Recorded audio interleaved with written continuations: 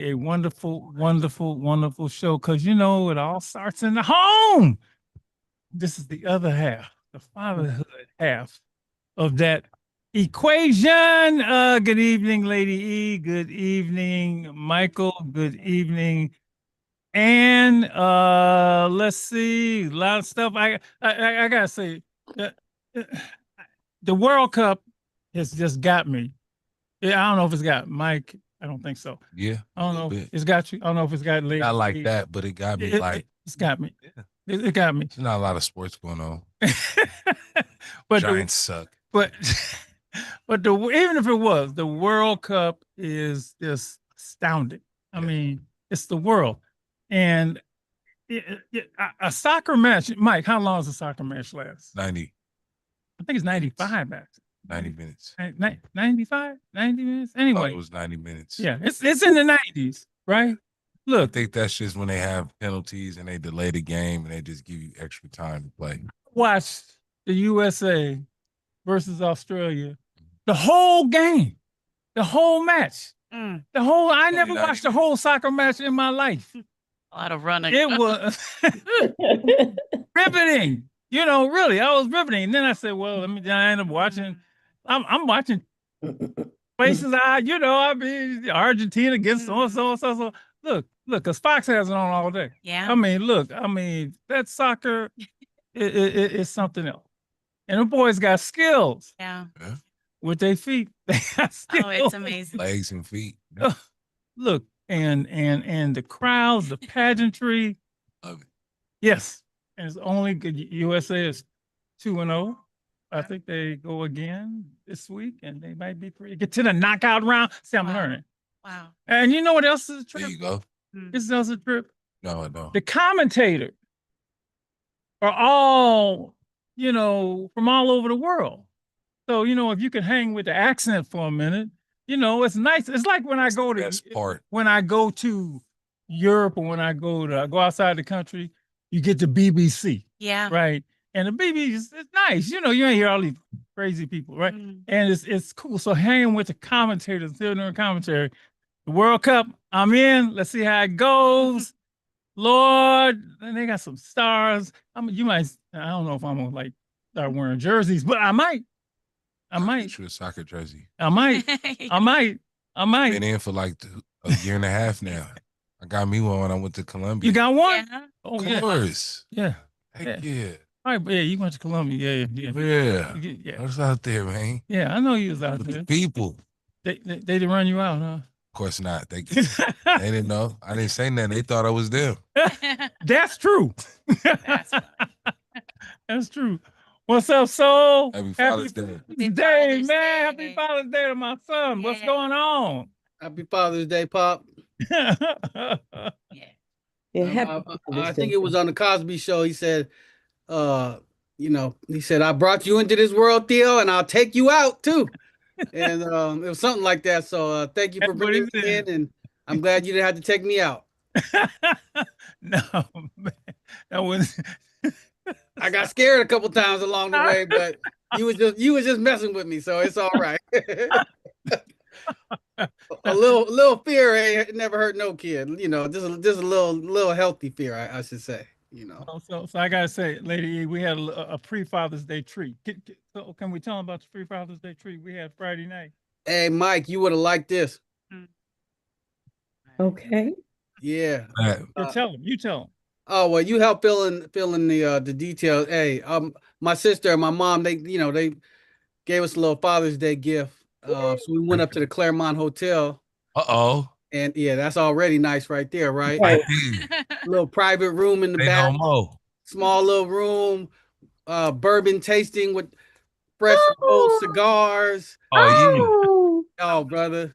Did you have a steak after? No, but we had little appetizers. Paired with okay. Also, I said, yeah, I know they usually do bourbon. You had a little something to eat. That's what I was asking. Right, brother. It was top notch. Top tier. Yes. All right, y'all deserve it. Now that's how you do it. Now that's the way to do it. That's a good one. That's leave it to the girls. Leave it to the girls to hook it up for the boys. Yeah, it only, but what? Doc, there's about 15 people in there, and half of us was black. Yeah, There yeah, was yeah. brothers in there. Brothers like bourbon, so we was up there. That's tight. But Yeah, the best man. thing about it is my son-in-law, we was all together. It was nice. That's It special. was cool. We got a little, Really cool. yeah, we was, yeah. So We was suited and booted. You know, Nice. well, at least somewhat. It was casual, but me and Doc had the hats on, the little fedoras on, and Mike, that bourbon, Jefferson's bourbon. Shout out to Jefferson's bourbon. Had you lit? And look, I've been to a tasting before, so I Yeah. know. You know how to measure yourself. You know how you go, you think, oh, I'm just tasting, it ain't gonna be nothing. Then next thing you know, you stumbling out. So Ubering home. I've Right. been through that before. I remember a couple of years ago, I went on, I was doing tastings for dates. Yeah, that was a bad idea. It's By the- serious. But by the end of the date, I didn't. But by the end of the night, I didn't even remember her name. Okay. Right, you know. Who are you? Your name again? Yep.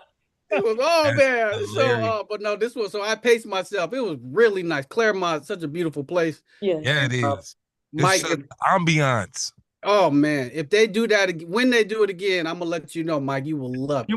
yeah, we already No. gave them a suggestion about what to do, and they said, "Yeah, we're gonna do it." No. Yeah, That's tight. I gotta thank my daughter. Gotta thank my daughter. She booked me early. She said, "Dad, you got anything Friday night?" I said, "No, I ain't got nothing No. Friday night." Because it was Juneteenth, right? Yeah. But, on Happy Juneteenth, everybody. I'm sorry, I'm gonna Juneteenth. make that second, but so yeah. Hey, one more thing I gotta say, y'all. It was actually fun this week, like Yeah. in the world. Like Yeah. at least seriously. in the Bay, in the United. I mean, you had the I World said Cup. that. People I was said having that. fun with the World Cup. They had the jerseys out. They was out. Then you had Juneteenth. Juneteenth. Then you had Father's Day. Yep. And then for a minute, Obama was back for a minute. Yes. Lit, man. But I said Michelle that. was on stage looking dignified. The daughters look incredible. Malia and Sasha. Good Lord. They're beautiful. They are beautiful. It was just for a moment in time. People was on the street saying hi to people. Hi, like, what's up? How you doing? Even though I don't like it, like the Knicks, but that kind of I think added to this week. They little parade and stuff. Oh, New York was so happy it affected That's what I'm everybody else. saying. Exactly. It was a very festive week in some terms, in some regards. And the orange name never came up. Never came. I mean, he was doing things, but I wasn't listening. I mean, it didn't come up. No, That's the problem though with him. He doing it's so much stuff. You start to almost mute it out. Oh, you have to be. That's a bad thing though. No, I don't think you mute it out. It's just like, it's just crazy. It dilutes. It's It dilutes it. It's a caricature-ish, if I can use that word. Now it's the pool, right? Oh. The algae in the pool. Now you claiming vandals in the pool. No, dude. And the Ain't nobody ducks are stealing dying the 'cause algae. they gotta use the hydrogen peroxide to kill the algae. Oh, The ducks are Man, dying. come on. Let me just read this quick. 14 million. The Obama Presidential Center opens with star-studded celebration. All right, more than a decade in the making, the Obama Presidential Center opened Thursday on Chicago's South Side with 4 former presidents. Hmm. 4 former presidents, A-list entertainers, and thousands of visitors in attendance. Hmm. The $850 million center serves as the public home of Mr. President Obama's legacy and museum, while his presidential archives remain digital. Former presidents Obama, Clinton, Bush, and Biden sat on stage, while high-profile politicians, including former U.S. House Speaker Nancy Pelosi, former Vice President Kamala Harris, Governor Gavin Newsom, and Obama Chief of Staff Rob Emanuel were in attendance. Celebrities included Oprah Winfrey, Steven Spielberg, Tom Hanks, Tyler Perry, Dave Chappelle, Conan O'Brien, Quinta Brunson, David Letterman. And I gotta say this about David Letterman and Stephen Colbert. Did you see what they wore? Hmm. No. Hand suit. Hand suits.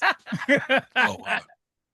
The suits that Oh, they yeah, I didn't know. Obama. That's tight. It was tight. They Yes, sat there in together in unity. tan Thank you. suits. All right. The Roots opened the ceremony before Jennifer Hudson delivered a rousing rendition of the national anthem, and later Bruce Springsteen, John Legend, Common, Christina Aguilera, and Bono took the stage. Uh-huh. Now, if y'all and I want to say, y'all out there don't know Mm, what old school freestyling is like. mm, Can be done. Tell them. So Mm. at one Hey, point, Stevie Wonder's playing Higher Ground, right? And then he said, they break it down. break it down, Common. And Common took the Mike, the brother freestyled in front of 4 presidents. I'm just saying that wow. That's Yeah. tight. that took some courage because things could have gone wrong. You know, when you freestyle, you don't know what's gonna come out. You know, That's true. That's And- very true. he pulled it off That's tight. on Yeah. stage with Stevie Wonder. Look, that's a lost art. I gotta say, freestyle is a lost art Yo. in It's a skill. It's Wow. not a lost art. People still freestyle. do they? Oh, Okay. yeah. Well, Oh, once yeah. I did, Oh, yeah. okay, good, It's good. impressive. Yeah. It's amazing. He just like Mm. it was beautiful. All right. Let's one more 100 celebrate Juneteenth, the San Francisco's Parade Festival. San Francisco celebrated the Juneteenth holiday with the parade and festival along Market Street. The event has grown over the years, and while the holiday commemorates the ending of slavery in America, it took a while that promise to become a reality. Okay, all right. As the parade marchers assembled at Second and Market, there were T-shirts being sold called the real Juneteenth, the real Independence Day. It's our 4th of July, our Independence Day. The parade has existed now, but it was mostly a homegrown event on other streets in the city, mostly in the Western Addition. This is the 4th year that San Francisco held it on Market Street, the same location as all of the other cities' big celebrations. Happy Juneteenth, happy Juneteenth. And the folks I talked to in Texas, they started celebrating. It's Juneteenth week for them. I mean, they not playing. So Yeah. It was Happy- cracking all over the Bay Area. certainly Man, it was lit. it was It's almost like a competition. That's good. It's like San Jose, okay, San Francisco, Oakland, Yeah, Richmond, Vallejo. I'm like, yeah. man, everybody got a Juneteenth Hey, now. Brentwood had a Like we should. Yeah, that's what I'm saying. Now it's a good look, but I'm just saying, like, it was crazy. It's a lot of people that, Hayward got a Juneteenth. Richmond always got one. Yeah, yep. Richmond had one for a long time. Yep. That's right. Lady E, at the Brentwood one, you would have loved it. The singer Kim Burrell was out there performing. And that's the thing. Each one, you got food, you got musical And you performance. got all type of Yeah. world-class artists, man. They had Cameo, Lakeside, Next. Cracking. Man, it was Just- cracking. Cracking, man. That's it. Beautiful. Beautiful. It's beautiful. All right. Want to say hello. He said he's listening. I want July 10th, August 10th. December 10th. I'm telling you, man, we need it. My Deacon Larry Chapman is listening. I want to say congratulations on your 20th anniversary of your ordination as a deacon in the Catholic Church. Wow. In fact, you got me out to church today. Oh, I love it. So Happy anniversary. congratulations. And you know what? When you do good things come to you. Yeah. So, lady, I got out there and we had the service. I'm there, I'm congratulating, everybody's hugging, and you said, what's up? And then Deacon said, Doc, they got some food in there. Lord, church people, I forgot for a minute. Church people can cook No. food. Mike, Home cooking. What you mean? oh, Lord, I went in there, looked, they had, oh, man, I ain't Hold on. I'm gonna break a stereotype. This was at a Catholic church. It's And they was hooking it up? Yeah, black cat. Okay, no, I'm not. I'm just saying because I'm just saying I've never been to any black or white Catholic church and they don't normally serve food. They may have like cookies or something like that. Well, we had What was the bus down? we had smothered turkey wings. All you had to say was smothered. That was it. We had barbecue chicken. We already know it's gonna be good now. We had scalloped potatoes. Oh We man, had salad. We had lemon cake that must have been this high. I mean, that thing was like plastered on. Look, the ladies, man, and oh man. and Lady E, Tiffany Williams was there scooping, scooping out. Look, I felt better. She was surprised to see you. Yeah, I walked in. She said, Yes. just looked at me, you know, and she said, she was nice because I was there, right? Look, just that food, and I've been a little bit sick. Look, the Lord healed me. Via food. And the food helped them out. That food, look, I went to take some home, it was gone. No. Shout out to some scallop potatoes, all right? Potatoes. Y'all don't know, young folks don't know nothing about no scallop potatoes. Seriously. That's very good. Woo! So I did ask everybody, I said, who made the food? Who made the food? Who made the food? I thought they had catered. No, the ladies in the church made the food. Right? Yeah. I did the turkey. Make I wrote all their fun. names down there. Lady, I wrote their names down. Look, I'm coming. And I said, I'm coming back. We made something just for me. They started laughing, of course. I was serious. What you want to say? Oh no, I was, it's summertime. And so the kids, I gotta find stuff to do for Evelyn. And so online they had this little radio thing that she made. And it was really cool. Like she did the wires herself and put the batteries and the screws and all this stuff. And then she turned on the radio. And she is so excited to have this little wooden box that is playing Street Soldiers radio right now. And I told her, I said, Evelyn, that's where mommy's gonna be tonight. And she said, what?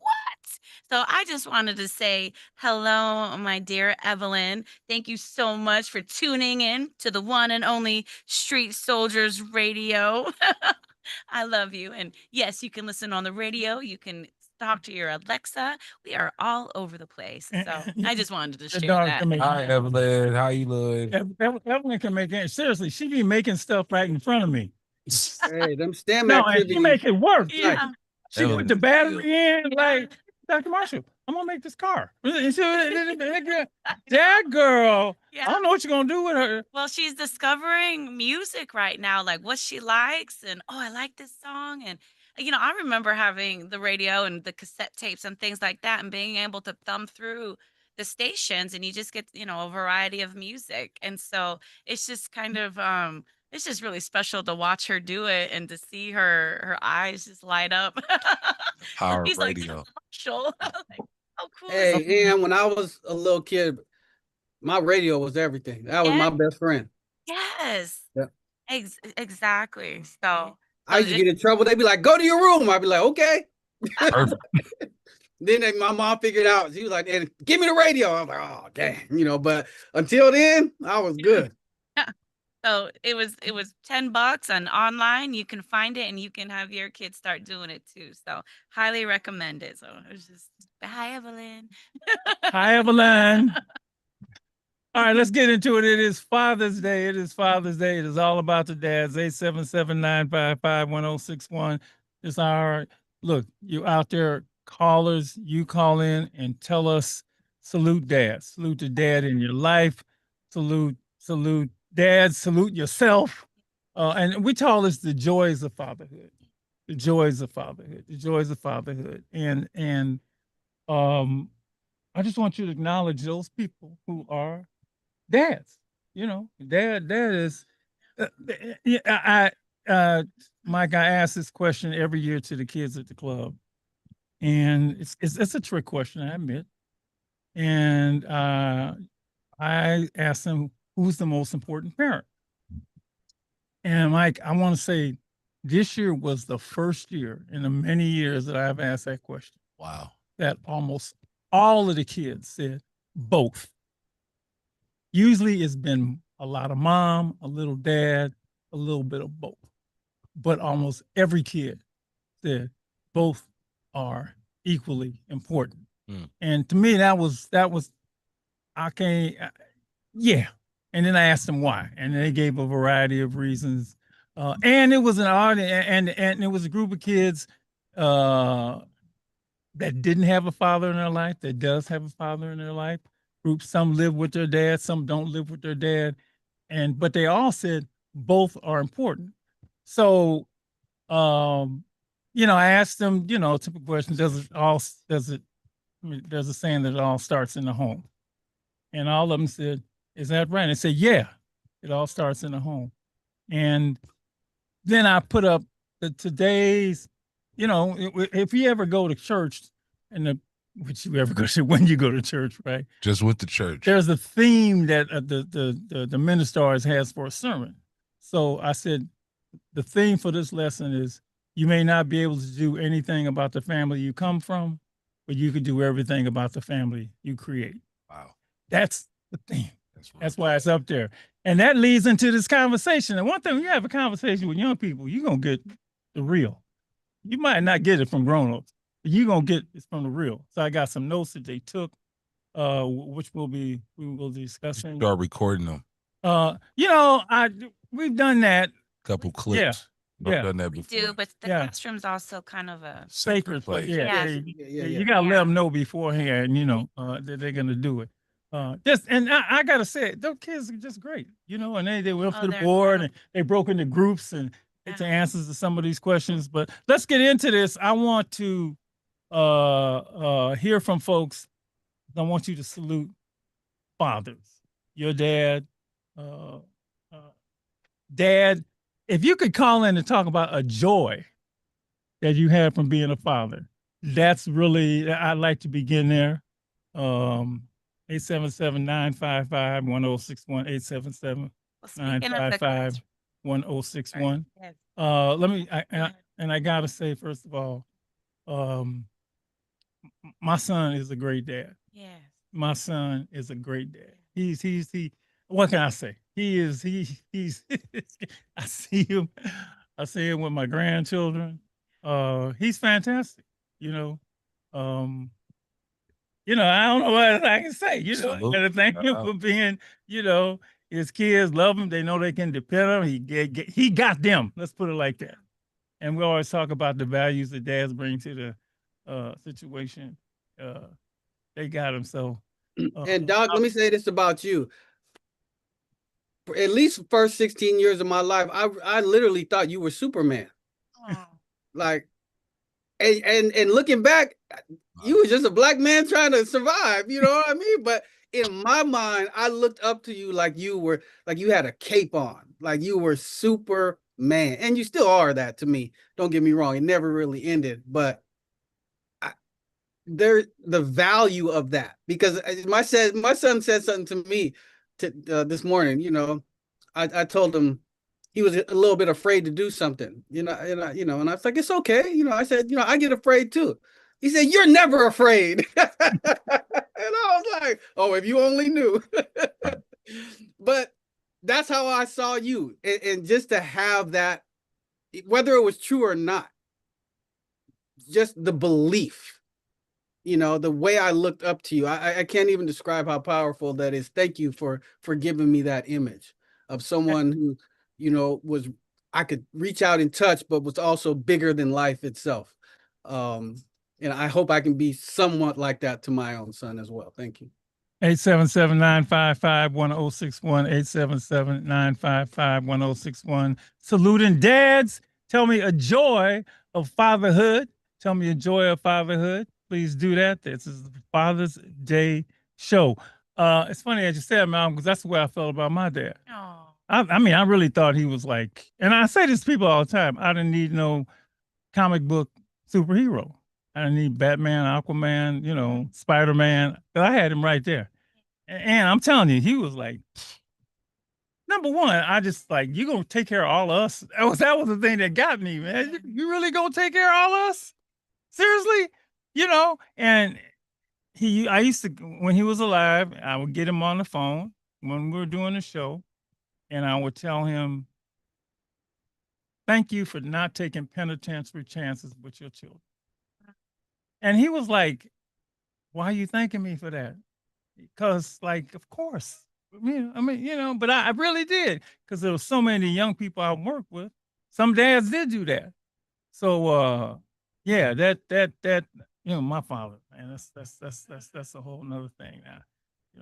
Pops, thank you for being a father to your child. 877-955-1061. Somebody out there got to get Dr. Marshall, love. You were talking about the classroom, and it was so special last week because Jermaine King pointed out you, Dr. Marshall, and then Jack Jacqua, and he said, that's my pops and that's my pops. and he just loves you both so much, and gave credit to you. You would do things that nobody else would do for him, right? And really helped him to live until age 55, like he made it. And so, and that's because of both of you. And I just thought that was beautiful. I just wanted to highlight that you both impact so many people's lives.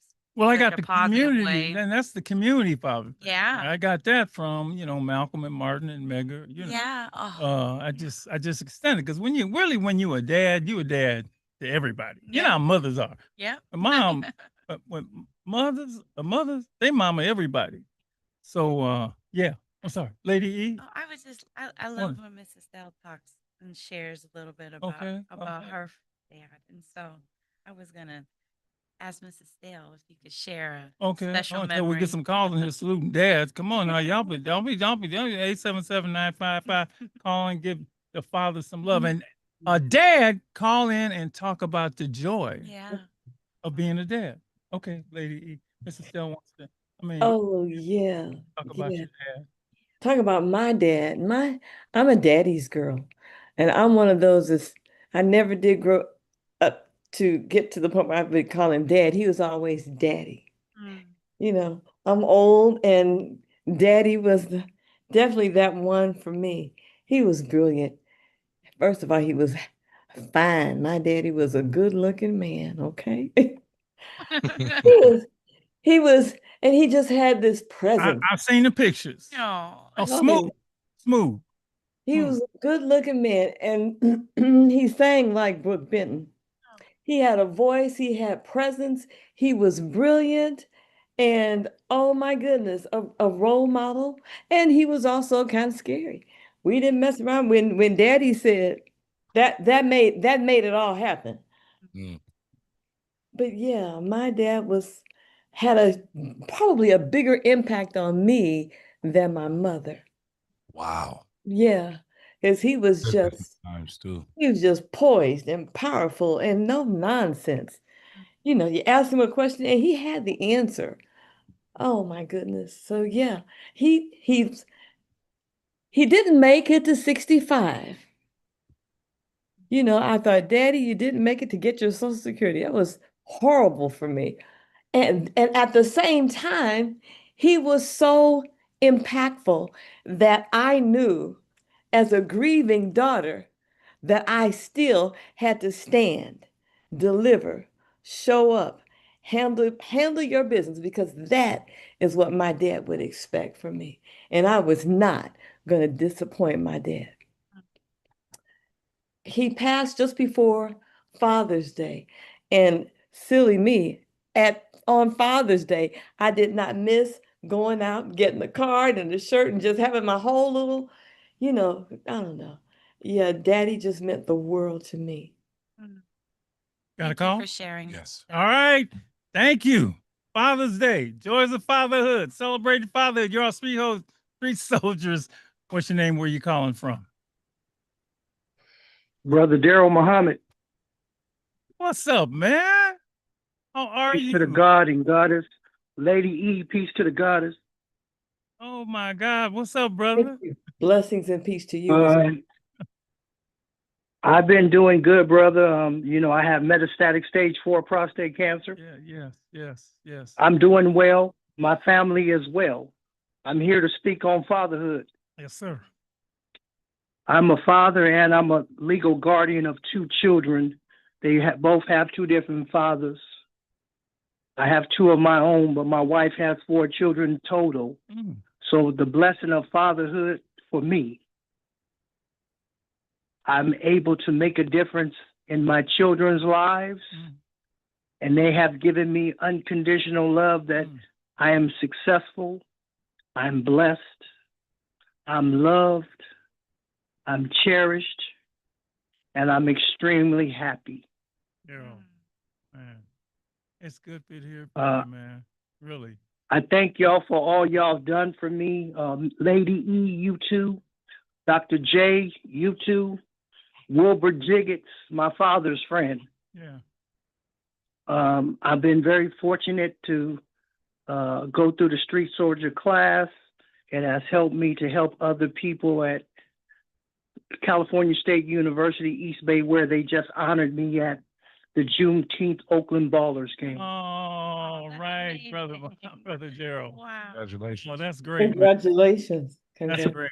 You're So a good I man, want brother. to You're a first good thank man. y'all for giving me an opportunity and a platform. Dr. Marshall, I want to thank you and Dr. Craig Adams together Right, Dr. for Adams. being a constant reminder in my life. I always reach out and at least check in with both of you. Lady E, thank you for your love and your kindness. May God bless y'all on this Father's Day. God bless you, man. Thank you so much, bro. Thank you. Thank And you. blessings to you. Wow. Blessings to you. All right. Hi. You're on the air celebrating Father's Day. Go right ahead. What's your name? Where you calling from? It's Rich. Richie Rich, what's What up? you got, Rich? Watch that back today, Rich. What you doing? Happy What- Father's Day. Happy Father's Day. What you got for us, man? You got a joy of fatherhood for me? Or?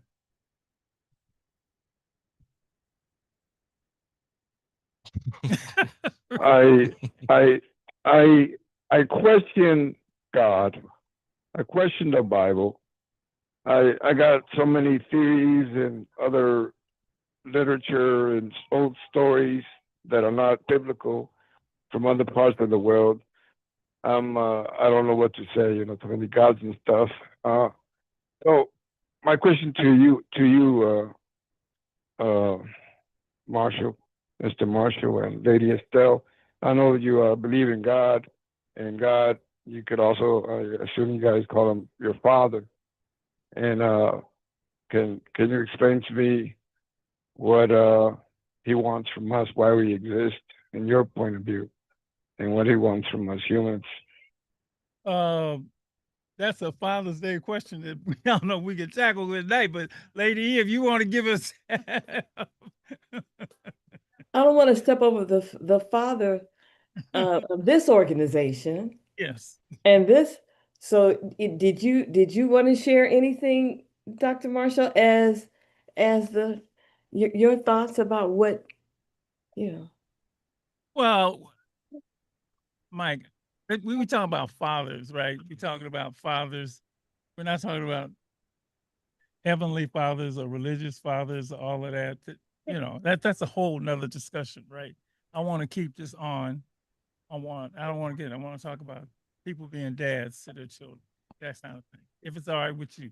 Okay. All right. Thanks. Hi, you're on Street Soldiers celebrating Father's Day, joys of fatherhood. Go right ahead. Where you calling from and what's your name? Hello? Yeah, hello. Yeah, go right ahead. Hey, how you doing? Happy Father's Day to all you fathers out there. Happy My name Father's is Lawrence. I'm calling out of, yes, sir, calling out the Stockton area. I just like what y'all do on this radio station. I appreciate everything y'all do. You give a word to the streets of the Bay Area, and we really appreciate all you do. So just wanted to get on there and say Happy Father's Day to all the fathers of the Bay Area who are out there doing the best they can and showing up every day. You definitely appreciate it. Are you a dad? You a father? Yes, I'm a father. 5 boys, 1 girl. Tell me a joy of fatherhood for you. A joy. Man, the joy of fatherhood is going to 7-Eleven and know I'm about to be broke when I walk out. It's a mainly joy. Mainly joy. Something, man. Oh my God. I'm just, I know you being real. I know you being real. yeah. It's hella 7-Elevens in That's Stockton the too. joy. That's the joy, right? That's the joy. And you can be Yes, joyful sir. about Yes, being sir. broke. And so, man. man, you know, Yes, sir. you know, I'm gonna tell you something. I was talking about my son-in-law. Yeah, my son-in-law has a 4-year-old, and they just had twins, right? And he's gonna be on later on the show. Okay. And so I was telling him, I said, Reggie, man, remember when you didn't have no kids and you was just loose and fancy free in your life? He said, yeah, man, it was the days, man. I would do that. And then he looked at me and said, and he looked at the twins, because I was over their house, right? And he looked at his son. He said, Yeah. but you know what? I wouldn't have it any other way. You know, Amen to that. and Yes, that's sir. I said it all. I wouldn't have it any other way, man. You know, kids is running around Any other throwing, way. you know, like, you know, and he was on duty. And when you got them little kids, you're on duty 24 hours a day, right? You Yes. hope you can get some sleep. Yes, sir. But Yes, like, sir. man, with you, man, I know you wouldn't have it any other way, man, because them kids love their daddy. Yes, sir. Yes, sir. Thank you. Well, man, my y'all brother. have a blessed night, man, and thank you for taking my call. Thank Yeah. you. Thank you for being broke and loving it. 877. I love when he said that. Yeah. The joy in that. 877-955-1061. If you want to call in, celebrate your dad, call in like that and give a joy of fatherhood. Because, man, it's a joy. I mean, you know, look. If you, I'm gonna use this, I'm thinking of the joy, and Malcolm, my joy with him was, now it's so many, but you heard me say this before, man. Being his coach Mm. for a 6th, 7th, and 8th grade basketball team. Wow. I started, you know, that was Well, great.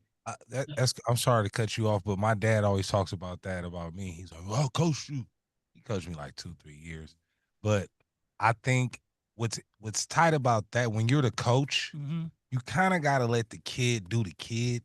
So the kid may, like, you know, sometimes I'll be like, you get mad and frustrated. You know, you may not realize your dad there. You may say a curse word, but you get the real, authentic kid because you just happen to be there coaching. If you in the stands, you may not see it, but when you coaching, you at the practices, you see all the squabbles, all the little intricacies and all that stuff. So like my dad always talks about that. Like, man, he's so proud of that. Like you know what I'm saying? But I could see how. We got a caller actually. Oh, okay. I don't know if it was a joy for Malcolm. Yeah, it's kind of weird. It's a weird conundrum. Hard on him. But it's like when people have cameras in their face all day. Yep. Eventually, you forget the camera there, and you just you. Yeah. All right. You're on Street Soldiers. Go right ahead. Talk about dad. Hi, my name is Deneen, and I was listening. Hi, I was listening to the station, and so I thought about my dad. Well, actually, my dad is deceased now. He's been deceased now for over 20 years, and I was thinking of a childhood moment. Well, he and my mom, they were divorced, but even though they were divorced, he took care of us, you know, and we went over to his house during the summers. And I remember one summer we went, he had 4 kids, 2 girls and 2 boys. And we went there. My mom dropped us off over at his house. This was in the country in Louisiana. And he never drove a car. He went everywhere on his bike. And so my mom dropped us off at his house, and we didn't have our toothbrushes. And so he got on his bicycle, and before he left, you know, my dad had a farm, and he told us not to go and mess with the hogs, right? So he got on the bicycle, and he went off to get our toothbrushes at the store, and we all got in the hog pen, and we're poking the hogs with the stick. All of a sudden, my siblings, they're like scattering, you know, running, getting out of the hog pen. And I'm like, well, what is going on? My dad was coming back, you know, with the toothbrushes, and he saw us. So he whipped us off, and we're all sitting down crying. He's crying too, you know, and he was like, you know, I love you guys so much. And I told you guys not to get in that hog pen. You know, those hogs could have killed you guys, you know. Right. And so whenever my siblings and we get together, we talk about that, you know. Yeah. So he was a great dad. What a great memory. His baby girl. Yeah. Yeah. Yeah. I love that story. Yeah. That's beautiful. Thank you. That's beautiful. Thank you. Wow. That's his dad's story. In the hog pen. In the hog pen. A whooping was definitely in order. Oh my goodness. You probably would have whooped him.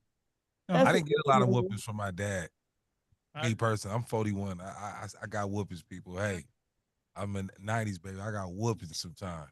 My mom did most of it.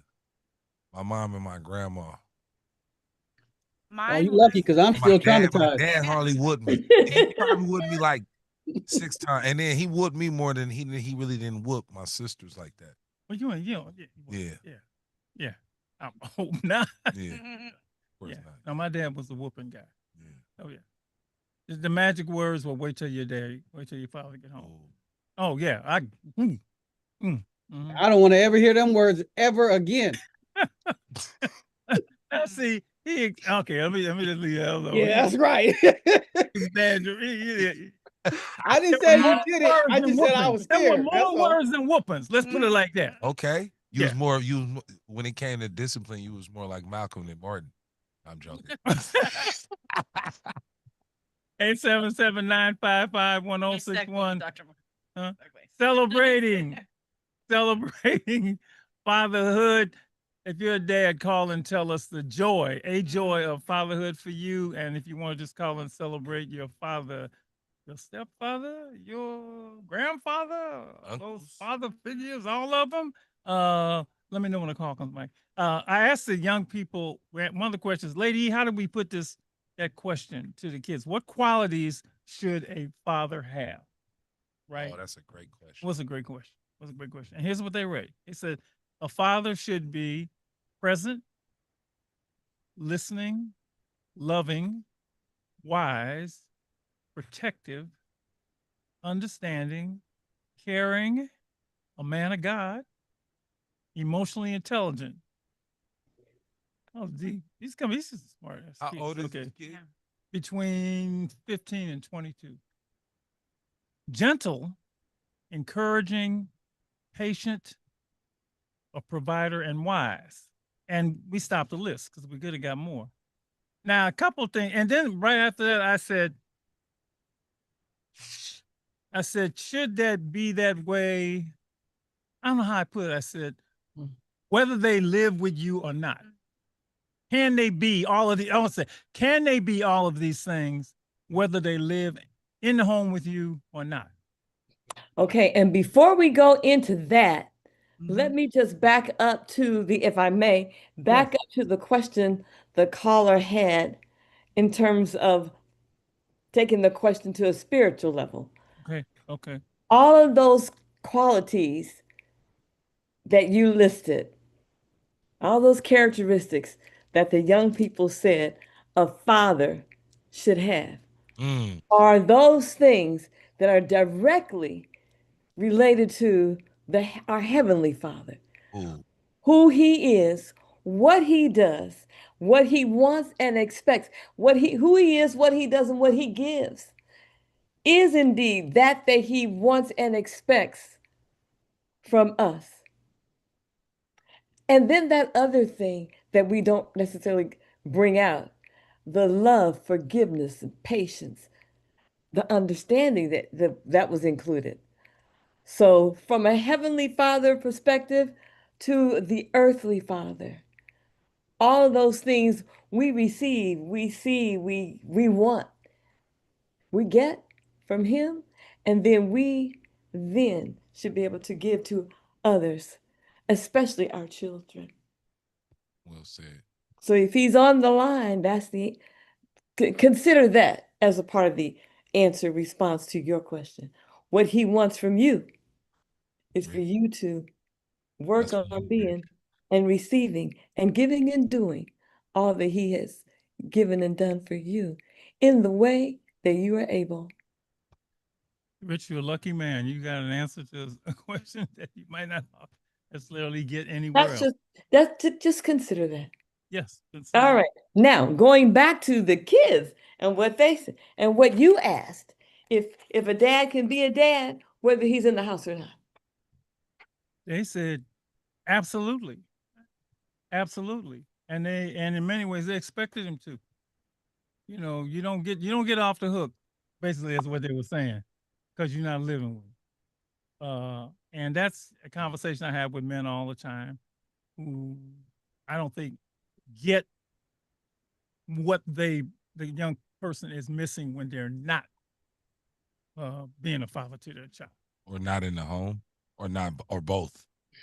Well, but you can do that whether you're in the home or not. Right. See, so that, but I don't, because what happens is a lot of men have child support. There's all this other stuff, right? That I call it gets in the way. Yeah. Right. And what the young people are saying, well, deal with all that basically, and be a father no matter what. All right. We got a call celebrating fatherhood. Where you calling from? What's your name? Go right ahead. Well, what's up, my brother? My name is Michael Singletary. They call me the Ball Game. I represent the Shafat Outreach Program here in San Diego, California. You know what I'm saying? No Shots Fired program. You know what I mean? Sounds wonderful. Yes. Yeah. Go ahead. Talk about that. Yeah, you're on. Okay. Listen, okay. I didn't know if I was on or not. No, you are. You loud and clear all over the world. Well, check this out. This is one thing that I want to push a line on. Mm-hmm. Here in Southeast San Diego, down here in San Diego. Now we can talk about, you know what I'm saying, how great the fathers are, mm-hmm. and we do want to celebrate the fact that you got a lot of, you know what I'm saying, from a statistical standpoint, you got a lot of brothers that are in the homes with their kids. Mm-hmm. You know what I'm saying? One thing that these outlooks, they want to create a negative outlook in reference to black fatherhood mm-hmm. in this country, and that's not necessarily the truth. You got a lot correct. of brothers that are doing. You are correct. You got a lot of brothers that you got dang right. I'm correct. You got a lot of brothers that are doing well and refs taking care of kids in the black communities. But one thing that I do want to still, one thing that I'm going to do, I'm going to push a line on the fathers who are not. Mm-hmm. We still, even though we're doing well with our kids, we still want to push a line on those fathers who are not. You dig what I'm saying? Because me being a social worker, we have a situation where we still have some absentee fathers mm-hmm. that are not doing what they're supposed to do, and we have to push a line on that. Yes, we're going to push a line on the fathers that are doing well, and I really love the work that you brothers and sisters are doing when it comes to that. But I'm pushing a line on the fathers who are not. Well, you know, let me just say one way I've addressed that is to talk about the importance of fatherhood, because I'm not sure that a lot of men get the importance, what they bring to the table. So that's you know, and I have to tell them, and I actually made a list of those things, and the kids did the same things. I don't think a lot of men understand what you bring, because you know what mom brings, right? You know what mom brings. Mom right. We know what mama brings. And if you didn't, yeah. I'm sorry. And go ahead. Just saying, and so I actually, you know, got a list together. When I talked to men, this is what you bring. Maybe you don't understand the value, the importance that you bring to the table. And as I go through that list, well, I didn't know, this is what your kid is missing. Because I don't think men don't love their kids. I think that they just don't understand the value that they bring to the table. So that has helped me when I talk to men about, and these are deep conversations, and they're painful conversations, right? They're painful without judgment. You know, when you do this, you got to be, you know, I'm not slamming you, brother. I said, the joy of fatherhood. And that's like when I talk about the joys, look, you want them joys, man, because I've helped a lot of young people. But let me interject, not to cut you off. Okay. But this is the thing. In order for us to enjoy, you understand what I'm saying? The positive attributes to what we bring to fatherhood. Yes, sir. We also have to hold people accountable. Oh, I agree. For what they are not. For what? Hold on. Just give me a second. We got 2 minutes. You got 2 minutes to talk. Give me 35 seconds. One thing that I do understand about what we're talking about is that there's still an accountability piece. And the thing is, my thing is, I want to be positive when it comes to all those brothers who are doing right by their kids. But the thing is, I'm still going to hold those accountable who are not. Facts. Because we have to take in consideration of the kids and the families who are not getting what we're talking about that needs to happen within our communities and reference to. Because right now, as far as I'm concerned, the black man, we are responsible for our communities. Absolutely. And right now, everything that is not going right within the black communities, as far as I'm concerned, is the black man's fault. And the reason that I say that is because we need to step up and start being more responsible for our communities, our women, and our kids. Thank you, and man. everything that goes on in our community. Thank you for that. And I love you, brothers. I'm gonna read I you. love you, brothers and Hold sisters. on. I love you. Read you this before we go. All right. Denzel Washington did this quote on Instagram. He says, "We have a responsibility and a duty to be fathers, not just make babies, okay, but to be real fathers. And you can't expect only good to come to you if you don't visit any good on your son or your daughter." That was a pretty heavy quote by that. You can't expect any good to come to you, right, if you don't visit any good on your son or your daughter. Thank you for the work you're doing, man. Thank you. And thank you for calling for San Diego. Really appreciate that, man, on this Fatherhood celebration day. Whoa. That's right. Are we time? We That have is time? right, We have yeah. time? Okay. We're going to keep celebrating fathers. Go ahead and meet us on over at YouTube Live at Stay Alive and Free. And you can always take us on the go when you head on over to stayaliveandfree.org. We're going to have a continued celebration with a group of fathers talking about the joys of fatherhood. Stay with us, everybody.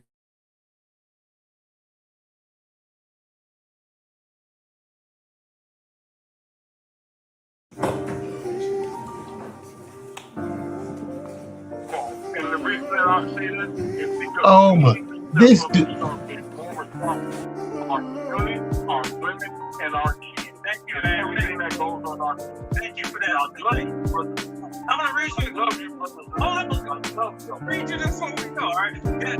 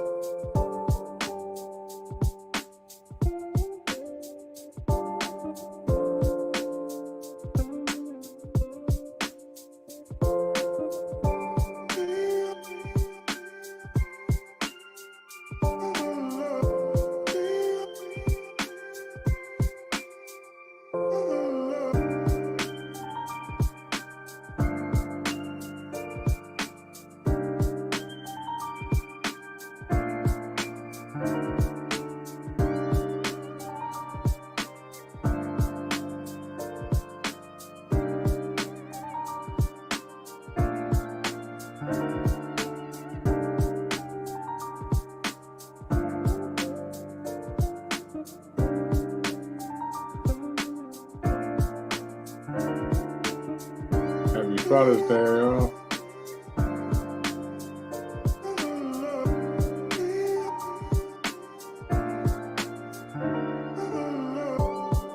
Thanks for that, Terrence. Yeah, I was on mute. Yeah.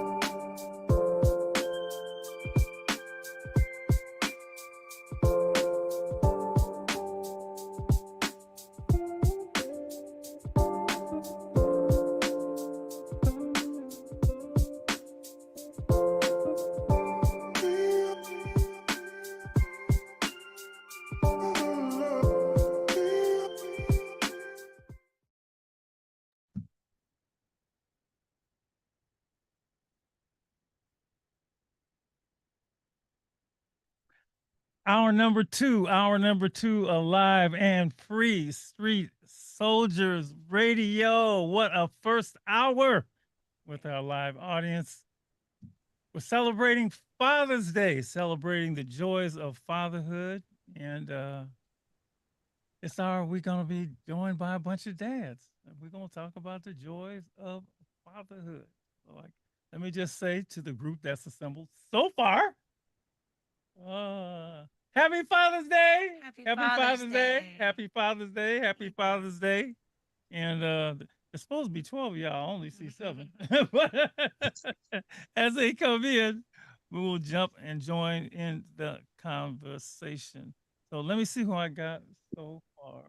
Oh, I see Jerry Marshall. I think I know you, Jerry Marshall. Okay. I see Justin Martin Kovic. What's up, Justin? Hey, Doc. I see Jason Louis. What's up, Jason? I see Charles C. Rob Robinson. What's going on, Doc? Everybody. I see Stefan. What's going on, Doc? Stefan, did you hear that call from San Diego? Yes, sir. Yeah. Okay. That was great. Calm down there from where you are. I see my son-in-law,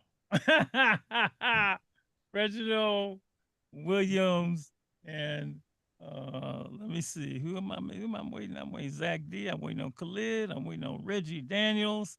But hey, ain't here. We got to go what we got. Let me just ask you guys. Did anybody listen to any of that first hour? I'm just curious. If they were watching? Just your reflect before we get into things for you. Just a quick reflection on what you heard during that first hour, your thoughts. So Justin, you're on this side of me and I see you.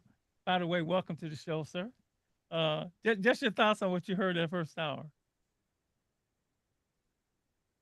I heard a lot of love for dads, and I love that. And I think it's great. You talked about how the kids in your class said both parents were the most important. Yeah. And I like that. And we've talked a little bit about that in the past, like baby dads are making a bit of a comeback. Mm-hmm. And I hope that that's true because I think we bring a lot to the table as fathers. Now, there's no replacement for the mom. Props to the moms, 100%. They had their day. You don't have to say that, okay? They had Mother's Day. It was That's right. And nobody said no props to the dad. This is our day.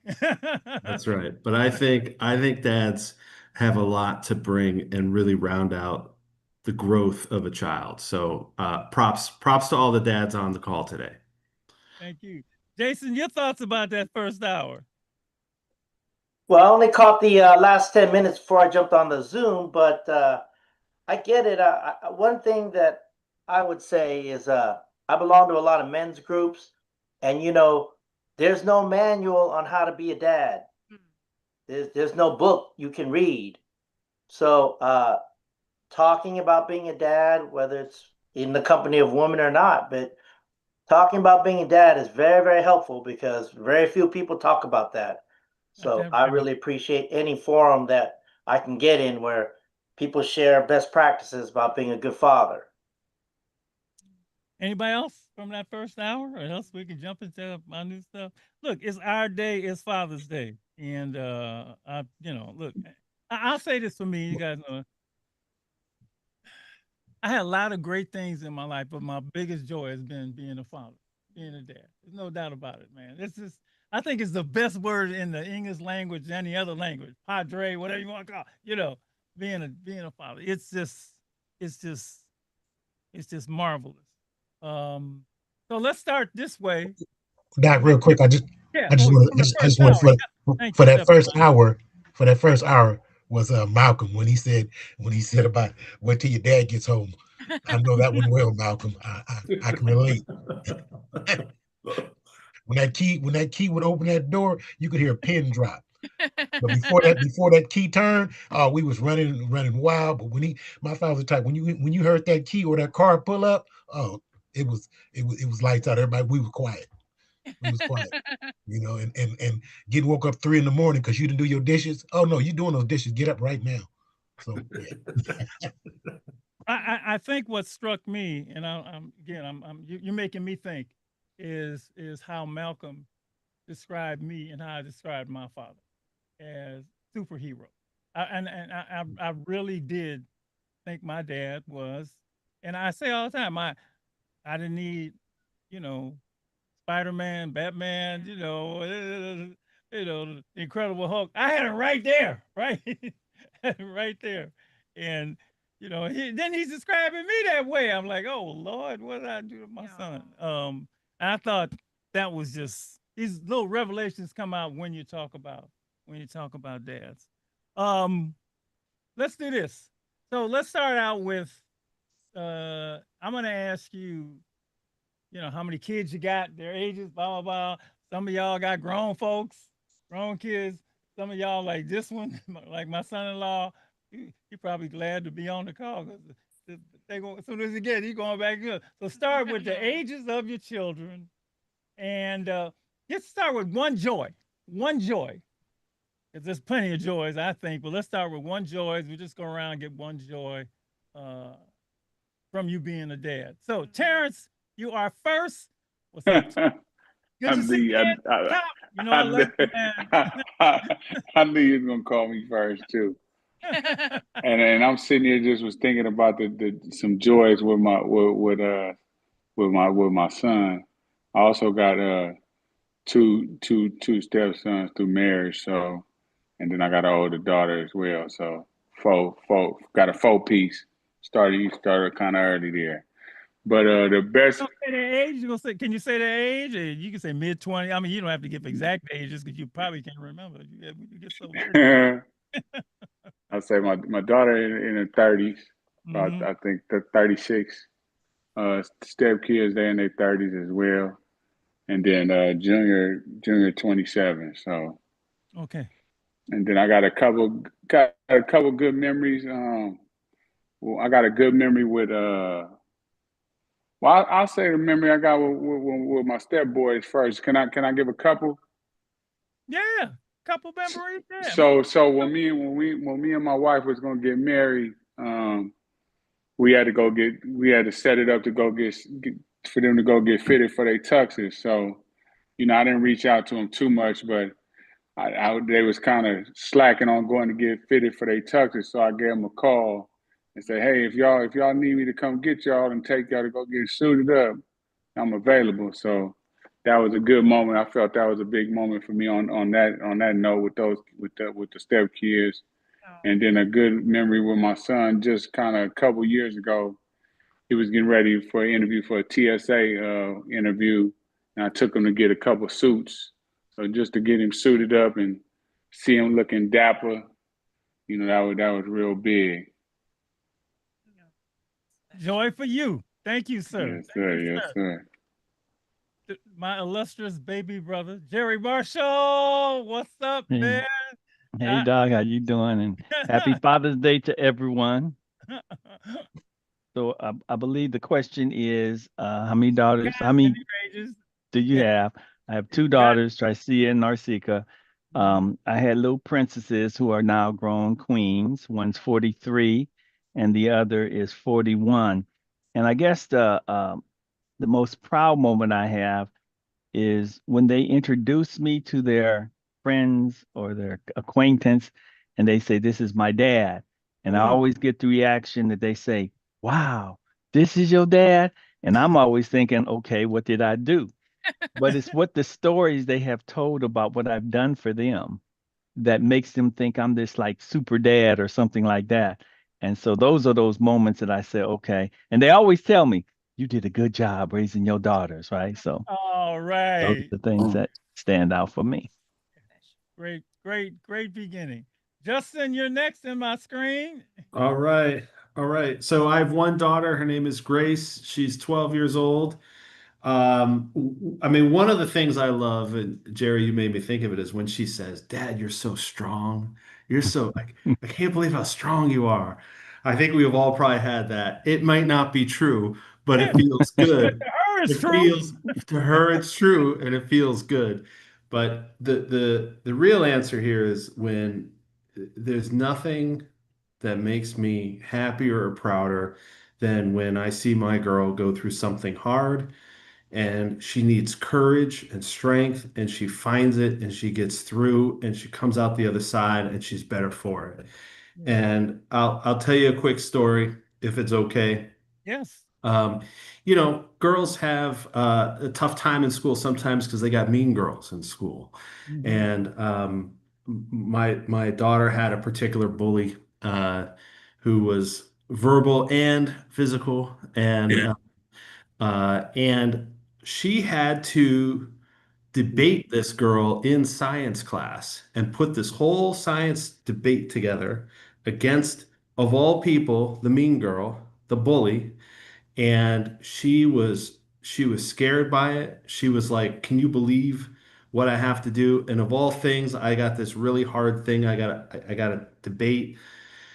And she just threw herself at it. She worked really hard. We were on vacation and there were waves and sun and sand outside, and we were in the hotel room working on that debate the whole time. It was unbelievable to me how focused she was on it. And ultimately, she went to school. She was super nervous that day. She came home and she's like, "Dad, I crushed it.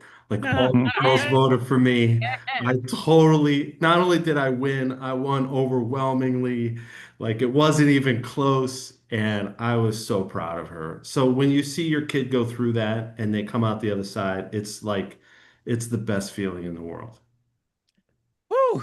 Y'all gonna Yeah. make me tear up here. I Okay. know. I was in tears. I was in tears, man. It was so great. Jason, hold yours and give me a highlight, a joy for you. Yeah. Hello, everyone. I'm Jason.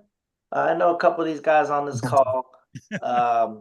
And I have a 24-year-old daughter. She's in graduate school. And I got an 18-year-old son who's going to start college in the fall. Good kids, you know, all healthy, you know, knock on wood. But I tell you something as a father, you know, you can only control what you can control. You know, you can't control everything. So, you know, I try to double down on what I can control. What I can control was when I had him in the car by myself. So all those trips to schools, all those trips home from the baseball field, I was locked in. I was locked and loaded. And so I dropped knowledge every chance I could in all of that because, you know, after about 14 or whatnot, they don't really listen to you. So, and then they only understand when they're about 5, 6. So you really have like 6 to 12 really to really talk to them and teach them anything. So I really use that time wisely. I was in fact going to write a book about it. I did it so much because you can imagine people would really read that book, right? Like all the stories you told your kid on the way to school. What did you teach them? Put all that in a book. I think that'd be great. Wow. And then the rest, I can't control the rest, right? All I can do is teach them. No, that's a great, put it all down. Because people writing books about kids all the time. So yeah, I like that. We need to talk more about that. Okay. Sure. Stefan. Oh, for me, it's when that phone rings and they want to ask daddy a question or advice, and it just makes me feel so good when they call and, you know, about well, I'm gonna say it on the radio, especially when they call about their mama. I'm just joking. When they beat with their mother, they want to call me. She doing this to me, and she did this, and I'm like, you know, so, and it makes me feel good.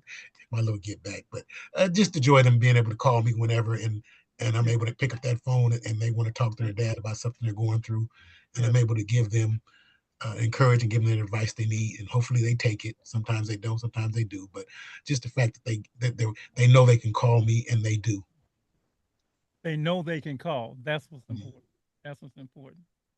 All right, son-in-law. Reggie. Hey, happy Father's Day to everyone. Thank you for having me. It's okay. I don't know what sometimes I call you Mr. Marshall, but I feel like I should call you Dad as well. About time. Yeah. Instead of He's been hey. a huge father figure for me. In general, taught me a lot, and Malcolm as well. Tell them the ages first. Oh yes. Oh, I have a 4-year-old Langston, and a set of twins, a boy-girl twins who are now 16 months. So we have 3 under 4 now, which is wild. So you can imagine. I think she just put Langston down, and we just went through the tornado of a night that's putting twins down. I think I would say like they're so young that it's really just the little moments. Like when I come home from a hard day and I walk in the door, everyone's like, Dada. Dada's home. And I just get that hug from especially Mariah, my little girl, and she's just like tucked up in me. And the girl gonna get you, brother. I know, I already know. She's already got me. It's over. It's over. It's already done. Wait till Dada become daddy. Oh, no. Your wife still does it to me. Oh yeah, she's quick. She's like, I'm gonna call my dad.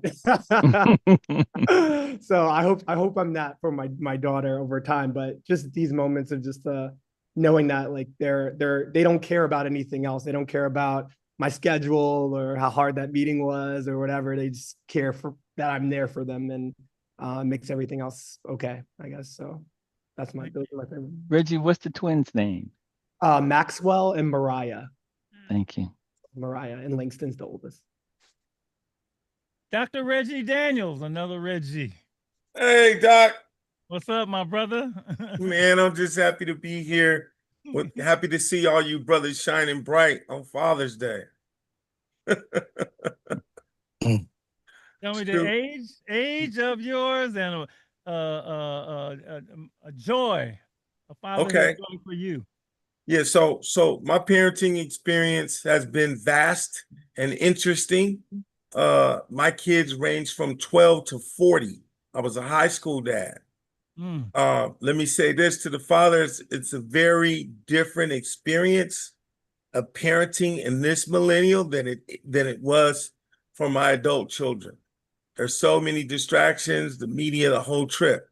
Yeah. My proudest moment would be my 7th child, which I had to surrogate. Both of my parents passed away when my sister was 16. I moved to Stockton, and I supported her, and she graduated from Stagg High, and she's currently with the union representative and in college. So that's my proudest. I celebrate that the most. Thank you, Red. Thank you. Red, you say you got 7? Yeah. 7. I got 7. Yeah, I got 7 because I called my sister my child, man. I had to take her in. Congratulations, bro. Yeah, that's right. Yeah. All right. Khalid Elahi. Hey, well, I got 3 daughters. 135, 133, and 120. And they all are different people. My proudest moment, each one of them made me proud. I was fooling around on my oldest daughter, the 35-year-old, is a professional singer. And I was messing around on looking something up on YouTube, and a commercial popped up with her. She was on the Cadillac Tours Chronicles singing. And I was blown away. I was like, wow. She do a lot of writing for all the artists and all the stuff. Her, Kelly Rowland, she did stuff with all of them. But to see her on the thing, it blew me away. And I was like, wow, look at her. And I just was like blown away. And made me proud. And all my children made me proud, but who really, my baby, the 20-year-old, she didn't, like Dr. Daniel said, it's a different experience during these days than parenting was back in the days, because she didn't ever went to. I didn't never let her go to school. She never complained about I want to go to regular school, or I homeschooled her and kept her with me at jobs and all of that type of stuff, and she never complained. And she just makes the dean's list all the time, every time. Never complain about nothing. Take my constant calling, and it's not harassment, but I just be dropping knowledge on her all the time because this world is so dangerous. And she listens to me, and it makes me feel good. She's turning into my best friend. And she's go to Sacramento State. She's gonna be a junior in the fall, and that's my pride and joy right there. All of them are, but she taking that education to another level. So I'm blown away as a dad. I'm a happy guy. And they all called me today. All while I was on the phone. They all in 3 different places, and to show you how to telepathy be, they all was calling me while I was on the phone with one, the other one was calling. It was amazing. Let me just say, Walida, Mhm. the daughter at Sac State, is on the honor roll. She's on the honor roll. Not missed the honor roll since she's been there. And if I keep saying that, everybody gonna be homeschooling their kids. If that's what they gonna get out of them, get a hell of a job, Lyd. I was there when she was born, so Right. You go homeschool, yeah, and you did, and it was you that did it. So I want to thank you, man, for following through on that, seeing her where she's at today. Because I don't know if the public school would have done a good job. I just seen the little kids when we used to be working in them classes, Doc, and they was having relationships. Little teeth missing out of their front 2 teeth gone, and they talking about me and him broke up last year, but we talking this year. I'm like, what? I said, oh no. I couldn't be at a job for 8 hours and knowing my kid rolling around on the ground with somebody. I said, oh no, I don't want to be slinging little kids against the wall. I said, oh no. I said, nah, I'm gonna just keep her with me. And I just crossed my fingers, man. I graduated from Laney, and I just said, I'm gonna just try it myself. And it worked. And everybody told me don't do it. Yeah, it worked. Yeah, it worked. But Coach said what works. And what don't work, don't work. Don't work. So what? It don't make no sense. Don't make no sense. Doing stuff that don't work. That's right. Charles Robinson. Yes, sir. Man, every time I see y'all, I just be so, I don't know, man. Well, happy Father's Day to everybody, man. It's good to happy see y'all. I have 4. I acquired 1 through marriage. So the ages are 25, 24, 21, and 1 about to be 20. The greatest achievements that I must say is my oldest. He's graduated with his master's degree this past, I want to say December, from Mississippi Valley State. Got 1 headed to the Navy. He said he don't want to go to school. He said he's just gonna go to the military. Got Zion. He's about to be a junior at Tennessee State University. And then Kaya, my baby girl's about to be a junior at the Jackson State University in Jackson, Mississippi. So just seeing them free think, it's been great. Like, I've always taught them to be resourceful. I'm always going to be here, but I want you to try to solve it, because if I'm not here, you'll know what to do. And it's always good. I think Brother Keith said when they call you and they need advice, and it's like you can give them advice, or they, and it's like, okay, I can do that. So that's been my greatest thing. Thank you, man. Zach D. Zach D, you looking good with that beard, man. You looking good. Man, I remember when you was all, none of that gray was there. Oh, we got to get him unmuted. He's still muted, and Thank you. There we go. All right. I got it. Man, I'm working it from my phone, so you know what I mean. It's a little more tricky for me. But man, happy Father's Day to the brothers. Happy Father's Day. I'm a little tardy to the party. I'm out here in Austin. My girl, we out here and we got our kids together to, fixing to get this blended family together. So we got our first introduction and, I'm a couple hours ahead. So yeah, man, I had to get tapped on the shoulder like, hey, like I was like, oh, here I come. Yeah, So, right. I was almost asleep. That was me. So yeah, man, I got two. I had my two and I was through. My son, I got a daughter. My son is 20 years old, and my daughter just turned 17 in February. Well, not just her, but it's 17, and she getting ready to start her senior year in high school.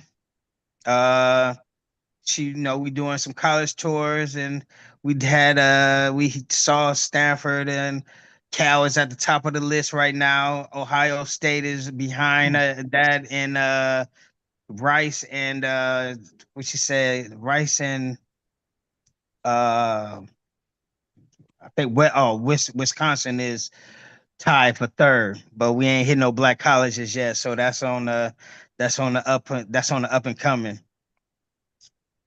She looking at pre-med, and man, I'm really enjoying seeing her come out of her shell. So my son, 20 years old, he said all the time he did not want to go to school. College is what he I don't want to go to college. I don't want to go to college. I do not want to go to college. I said, son, college is not the only way. It's just a proven way. But it's a way to mess that up too. So if that ain't what you want to do, that's fine. The only thing you can't do is nothing. Right. Right. That's not an option. Right. I say it's a lot of different ways for your generation to make money that I'm not privy to, right? So I don't know. I can't make suggestions for you, but you're gonna have to, figure it out. Go get it. And we talked about some different things, and an electrician is what he decided on. I was like, but why? So what made you choose an electrician? He said it's portable and they make good money. Said, well, hey, that sound like two good enough reasons for me, and he really like it and he thriving in it. But my proudest one of my proudest moments is a couple months ago when I took my daughter on a college tour. We were in the Bay Area. She did the college tour at she did the walking tour at Cal for the Black History, the Black college students of Cal Berkeley, the history of the Black college students, and that was it resonated with her. And later on, we went to the Mega Boys Club. Now we fly in standby so we can leave and get on the flight, or we can stay and go to the Mega Boys Club and get on a later flight. So we stayed and we had, we enjoy it. So I tell my kids all the time that, you don't necessarily have to talk to me, but make sure you talk to somebody. You know what I mean? That you have other people that, that's in your corner, utilize your resources. So I'm encouraged when they do that, so that, again, I believe that they wasn't gonna like me until they got older, because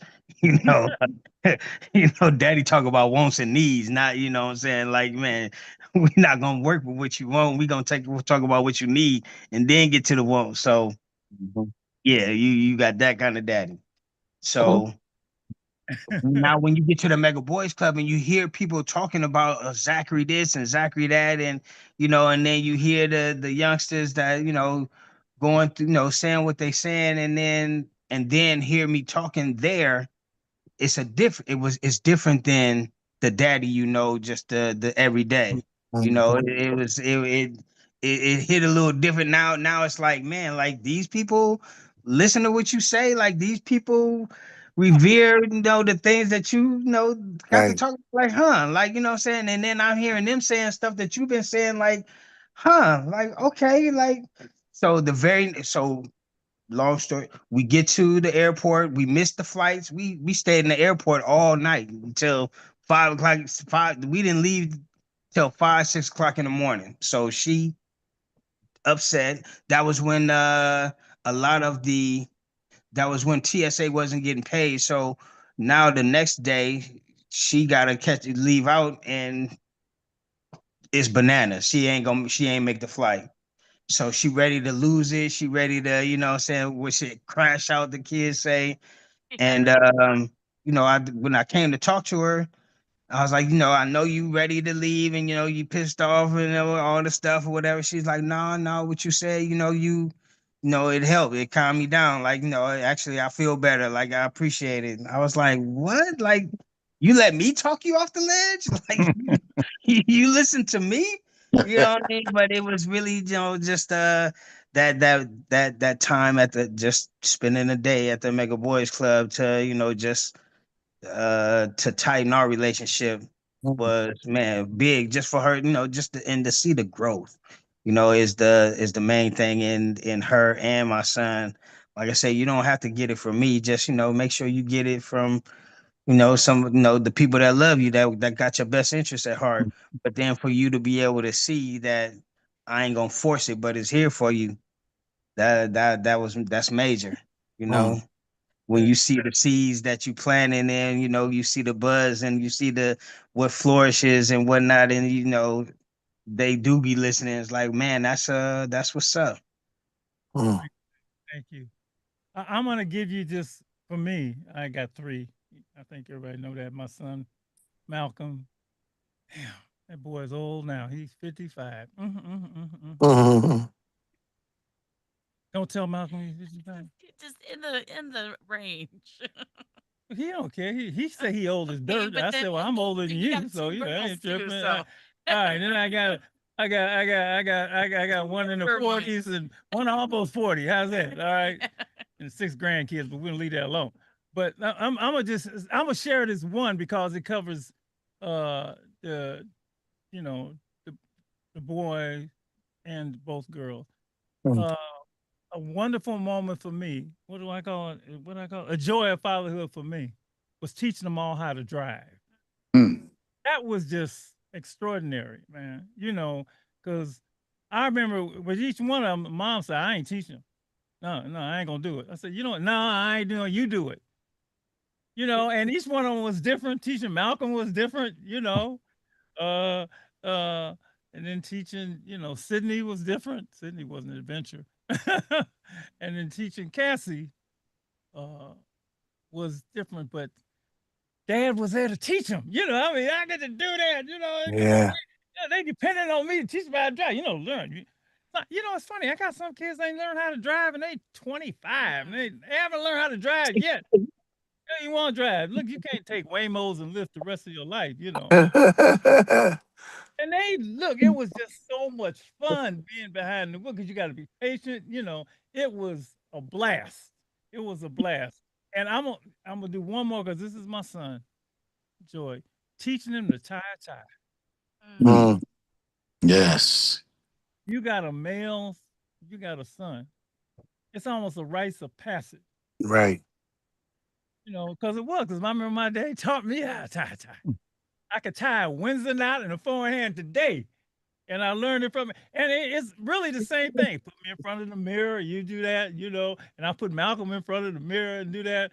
So it's not even the big things, it's the little thing for me. That were the joy, the joys.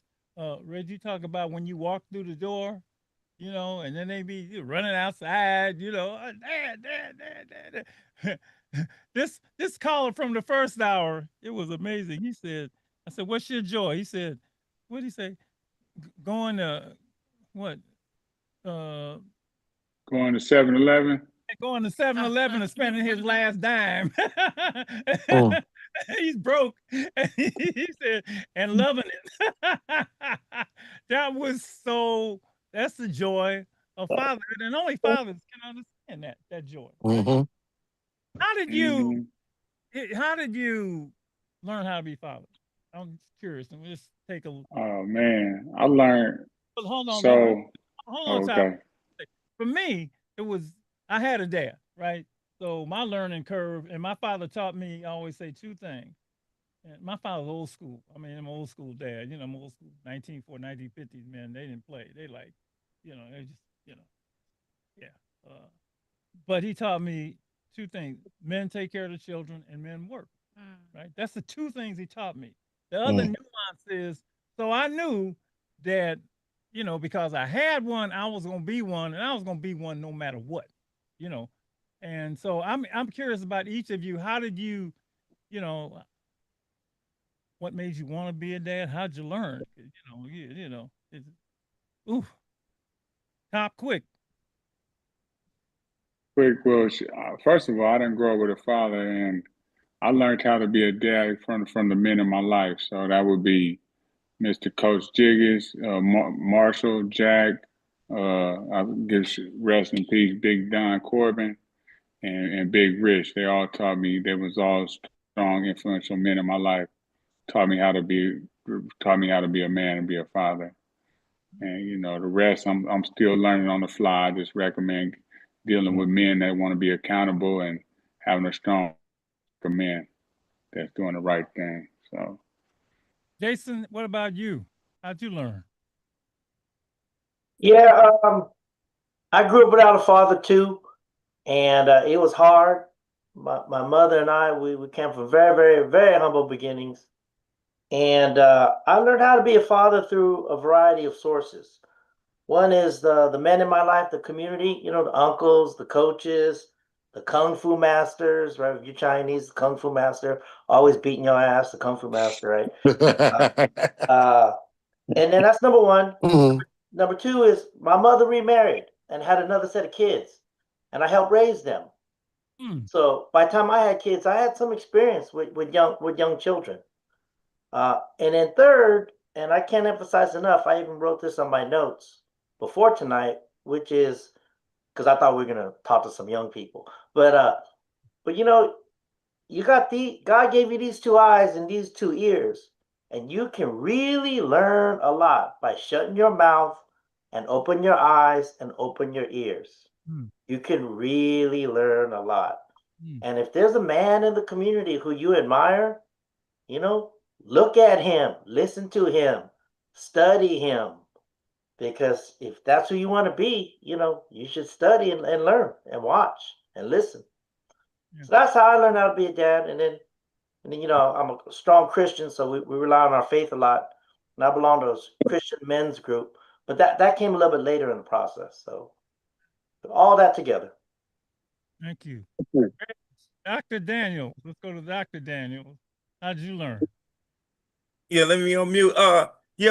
Doc, honestly, man, it's trial and error. I don't consider myself to be a great dad. I'm not gonna lie about it. I spent a lot of time in the streets while my kids were growing up, and I see the impact of that. However, what I can do, what I have learned to do, is be very honest with my children. Just because I'm ready for a relationship now and I wasn't ready before doesn't mean that they're ready. So I have to be patient, man. It's a learning process. So, I just say thank God for the process, Doc. That's all I can say, man. Yeah, that's real. Yeah, that's all I can say, man. Keeping it real. I don't get the Father of the Year award, but I'm here. And the main thing I could do is clean up my life, man. Yeah. That's the greatest lesson that I can provide for my kids. Justin. Well,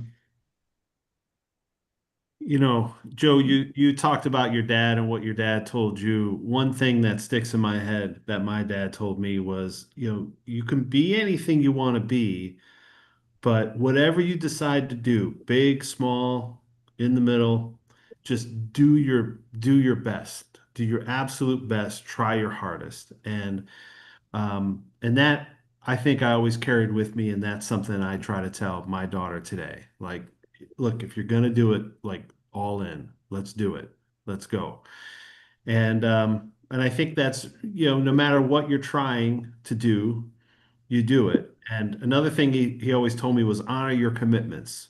So we make sure that when she signs up for something, maybe she doesn't like it, maybe it's not her thing, but you're gonna follow it through for the rest of the period that you committed to, simply because we honor our commitments. And so those kinds of, somebody was talking about the small things. I think that's a small thing and a small value, but it carries through to the bigger things in life as well. Well, and let me just say, you're honoring your commitment by being her dad. That's right. That's right. Now, yeah, absolutely. Absolutely. Now, what I wish my dad taught me was how to get my daughter to go to bed on time. That would have been a little more useful, but the values are good. It's good values. Yeah. Jerry, we had the same dad, so you could. So you're right. He modeled a work ethic. Oh yeah. And he did, take care of the kids. And I think what he left me was, he had 9 kids, right? 9. So when I had my 2 daughters and I had challenges, and I would always say, well, I can call dad and ask him. But I always felt bad because why am I going to ask him about 2 and he raised 9? So I would never ask. I would say, I'm going to figure this out. Because he gave us a perfect example. If you can raise 9, I can't have no problems with 2. So I just learned to figure it out. Charles Robinson. Yes, sir. Doc, I learned from my father figures were my grandfather, Martin Jacks, rest in peace. Yeah. Wilbur Jiggets, rest in peace. You, Jack, and then my older brothers, Zach D, Corey, Paul, Dre, they were always on me. And that's where I learned how to learn what men were, what men reflect. One thing they taught us in the military is leadership reflects character. So when people have character, that's the type of leadership you want to get behind. So that's who taught me. I mean, yes, I got my street education, but as far as doing it right, that's my lessons right there. And I did have a dad, him and my mom divorced, but he was present. Thank you, sir. Thank you. Thank you. Reggie Williams. Yeah. I grew up without a dad. My dad was, when I was born, was in prison. And I remember going to visit him when I was younger and seeing him locked up and wanting to just have him home, right? And I think after a while, my mom stopped going. So I think I had some good father role figures around, my grandfather, my uncles, later in life, you and Malcolm as well. I think that really, though, nothing really prepares you for being a father, being in there and just doing it. And I always thought about what would I have wanted my father to be like, if he was in my life, what would I have wanted to hear from him? Or what did I want him just to be around? And so with my kids, I just try to be present and be a good person at the end of the day. I think, to Charles's point around character, just be a person of character. Yeah. And try to just learn on the fly, I guess, as I go. But learn from other dads as well who are in it and trying things out and seeing if I can try them out and see if it works. But I think a lot about, what did I miss growing up and how can I be there? I knew I would be there for my kids. I said, I'm not gonna repeat the cycle. I'm not gonna do the same thing. So it was like that wasn't even a question. And so like I have to think about what kind of father I want to be, and I'm still obviously developing that, but that's what I think about.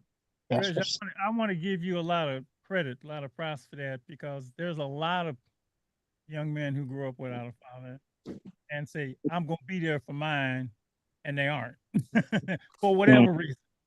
That happens a lot, so, and then the cycle repeats. So whatever is in you. and he was like, no, I'm going to be a dad. I'm going to be a dad. And you said no matter what. Which is just unbelievable, man. And let me just say, son-in-law, you're a great dad. I'm trying. And granddad gonna be with you all the way. I need it. Stefan. Yeah. So I grew up with father in the home. He tragically passed away when I was 18. He was 49. I had 5 siblings in the home. I was a middle child. So I was kind of, I admit, I was a mama's boy. So my dad would always be trying to get me because I would run to mama and get away with some things. And it took me years later, it took me some time after he passed away to really begin to study him. I read his thesis, he had his doctorate, and I really began to understand who he really was and what he was trying to do with his family and how he worked 2 jobs and was in the military. And as I got older, I realized I was just like him. He was non-negotiable. When the street lights came on, you better be in that house. We couldn't go to certain cousins' house, and I didn't understand it actually until I met Dr. Marshall and went to the training and realized my dad understood something, about being at certain people's houses and why you couldn't be there. And so I realize now, every matter of fact, we had a family union yesterday, and everybody told me, "You just like your dad." And I realized I am just like my dad. I am my dad. I'm just like him. I'm caring. I'm humble. Character. I just can't say enough about him. I think about him all the time. And even when my kids growing up, I was the same. No, you can't go there. I don't care who cousin it is. I don't care. No, you're not going. So I'm proud to be his son, and I'm proud he's my dad. The lid. How I learned to be a father, and I'm gonna be real honest with it. I had a father that was in the house with me until I was in the 9th grade. And even though my mother and father divorced, he still was there. But I was so against, because I was young, so I was so against, he was real hard on me. And kids don't understand that, why their parents is hard. So I was like, when I have kids, I'm gonna let them, I ain't whooping my kids. They could do what they want to do. I just had a little weird thought process. But how I became a good father, I started off a bad father. And I understand soap and water could clean a whole variety of items, but it can't clean a dirty heart. And I didn't have a dirty heart on the reason why I was a bad father, because some fathers be having the dirty hearts and be like, they don't do nothing for their kids, don't come. I just was immature. And I had a kid real young. And it was the relationship tied into it with my oldest. And then me and the mother never seen eye to eye. She moved out of state, all type of stuff. And I was like, I'll just make another one. Just like I was an immature kid. So that little mama got cheated. And, I made another one, picking the wrong people. And I was like, I'm going to be I was a little better, because I said, I'm going to be in her life. Me and her mother didn't do right. I'm more immaturity because I let the kid go with the mother. And then put the relationship is the reason why we fading out of the child life. So I was just always on the rebound to try to be better, but I'm in the streets. I'm trying. I love my kids, but I was immature. Right. So my daughter was 13, my baby was 13, and then I met this other sister, and she said she was pregnant. I had been to the Omega. I didn't have no excuses no more, because I had came with a lot of knowledge. I had been to prison. I had seen the effects of I had grown up. I was like 36 years old when I had Walida, and I was like, oh yeah, I see what my father was trying to do. I see what the man on the corner was trying to say to me. I see what that was doing. I wasn't there when they was born, so I met both my kids at 3 years old. When I got out of jail. Every time they was 3 years old, so the start was all messed up. So this time I said I was so intentional. I was like, I didn't just become a good father. I was my experience in trial and complete error. And I was like, okay, I'm gonna be there. At least I'm gonna cut the umbilical cord. I did that. Couldn't believe it. The doctor had me all inside the operating room, and the girl was on. She had a C-section. I had the white coat on, had the thing on my head. He fooled me, made me think I was a doctor. You know, and I'm like, I didn't know if I should be there. I'm like, is this legal? I mean, so he took a plunger and took Walida out of her mother. I mean, he got her wide open, taking her intestines, putting that to the side, taking stuff out, brother. And that's the first day I seen the beauty of a black woman, of a woman, period. But I seen the beauty. And I had cheated, and right there I said, damn. So, and then he took a plunger and pulled her out. And I looked to the side to see if this girl's eyes was open or her eyes were rolling in her head. She was wide open, her insides. And I just was a better guy. So I started emulating what I seen, how you treated Malcolm and how you treated your daughter. You was just, man, and I watched everybody how they treated that had it together. And they wasn't just real aggressive with them. And I just was like, I'm gonna get this right. I'm gonna get it right. And I got it right, but I messed up so much. With the first two, I was bound to get it right. I wanted to get it right. So, and I'm still working on it. It ain't over. Because you only one bad decision away from getting it wrong. You know what I mean? So I'm still a father in training, but it's been going good. And thank you. Thank you. Yes, sir. Zach, one of the things I say, you guys just tell me what you think about this. And Zach, I'm sorry, I don't go to you. But one of the things I'm saying, when you're a parent, when you're a father, for real, in it for real, it regulates your behavior. There's no better regulator of my behavior, right, dad's behavior, than your kids. Because, I mean, when you're really into this, you're like, when I say I thank my father for not taking penitentiary chances with his kids, I mean that. You know, 'cause he could have sold dope, he could have shot someone, he could have robbed somebody, he got frustrated one night and I'm out. But we, 9 of us, Lord, regulated his behavior. And my kids regulated my behavior. I can't do something stupid. I can't.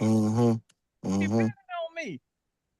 When you're really into it, to me, there's no greater regulator of the way you're going to be as a human being and the things you do, right? Because let's face it, y'all know, they didn't ask to come into the world. Right. No kid does, right? They didn't ask it, right? So, like, now, and there are days, when you get, man, I don't know if we can do this. No, I can't do that. No, I can't. I don't even think about doing that. Right. And when I started dealing with y'all, everybody was selling drugs. And half the dudes were selling drugs to feed their family. I ain't even think about doing that. Because my kids ain't gonna have no, So I think it's the greatest regulator of behavior for a man, and I'm talking about for a mom too, but we're talking about fathers, is your kids' dependence on you. When you're really into it. That's just my thought. Zach, you Zach is knocked out, but he came back. Right here. I look like I'm asleep. Okay. How did you Hey, learn? I paid attention for, I guess really all my life. But my father, my biological father, he loved me strong, right? He was in Michigan and I was in California. I only saw him in the summer. Well, I only remember seeing him in the summers, but as my mother reminded me, and I can vaguely remember, he came out, You know, he loved me strong from afar, right? And from the time I was, I say like 4, my mother was with my stepfather. So I lived with a man that, you know what I'm saying, that treated me like his own, you know, so I always had fathers, you know, I've always seen for uncles that, you know, it was natural. It was innate for me. So as a kid, I imagine myself being a single dad and my son, because I just, you know, I believed I was gonna have a son, and me and him would be together, and then his mom would be, you know, doing whatever she do and whatever job she have, and she can come visit us, and you know, we could play house for a little while, and then you know, you go back to work. But you know, I just know me and my son. Like I just always knew I would be a father. So fast forward to being married and then talking to my ex-wife about divorce, and you know, we friends, and you know, we just talking about it, and it died. I was like, you know, in all of my life, it wasn't until right now, I was more than 40 years old. Like never in my mind did I ever think about my kids having a stepfather. I thought that I would be a stepfather, but never, like the thought never occurred to me, because I knew I was gonna be a daddy. Like that was just, you know, and so I paid attention to the ones that was doing it right and the ones that I felt was doing it wrong. And I just, you know, paid attention to what not to do, and I paid attention to what to do. And hey, it just felt like a natural progression to me. Like I always, that's just something that I always believed I was gonna be. We're getting near the end of the hour. I'm gonna make this statement. Well, let me just real quick. I'm gonna say what the kids said that qualities for a dad. Okay, was something wrong, lady? No. They said, and you may have heard this from the first hour, the qualities of they like a dad to be present, listening, loving, wise, protective, understanding, caring, man of God, emotionally gentle, encouraging, patient, provider, and wise. And then we stop the list, right? And they're saying this is what, you know, an ideal father should be. And then I asked them, well, should they be able to, can they do that whether or not they live in the home? They said, oh yeah, it don't matter where you live. They said, absolutely. They ain't even like, they didn't say nothing about child support or the courts or, you know, he got another woman or she got another man. They didn't put no caveats in there. They said, if you're gonna be a dad, you're gonna be, that's what you're gonna do, right? That's what you're gonna do. That was wonderful. I have a huge theory, and it's because, you know, the work we've been through together, you know, a lot of you together.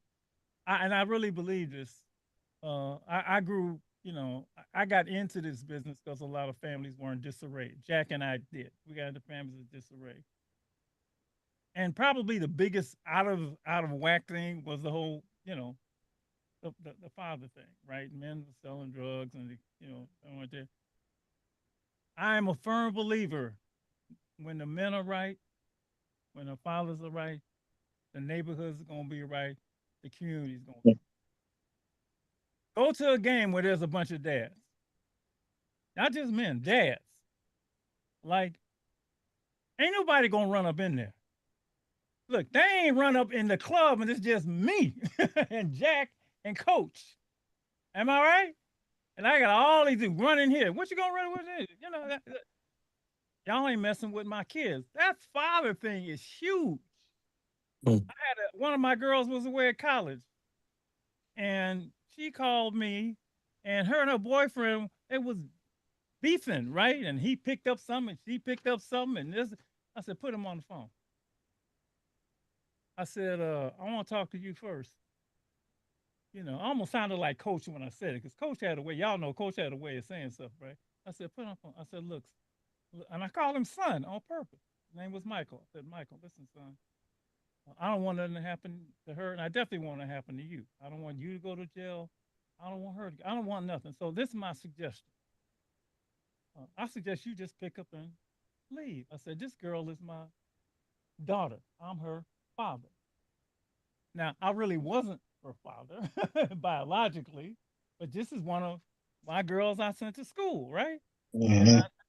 But when I said father, he got it.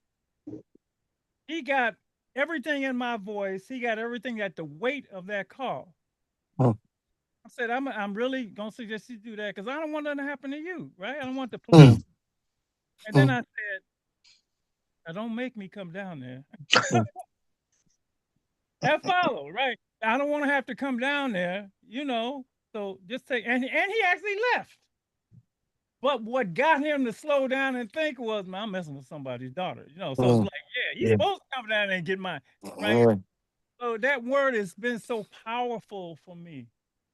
And when the fathers are present, I ain't worried about nothing.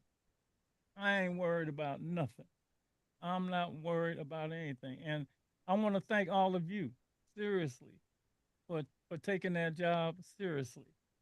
Really, I do. Because man, there's nothing better than somebody can say, like I can say to mine, I'm gonna tell my daddy. Mm. Ooh.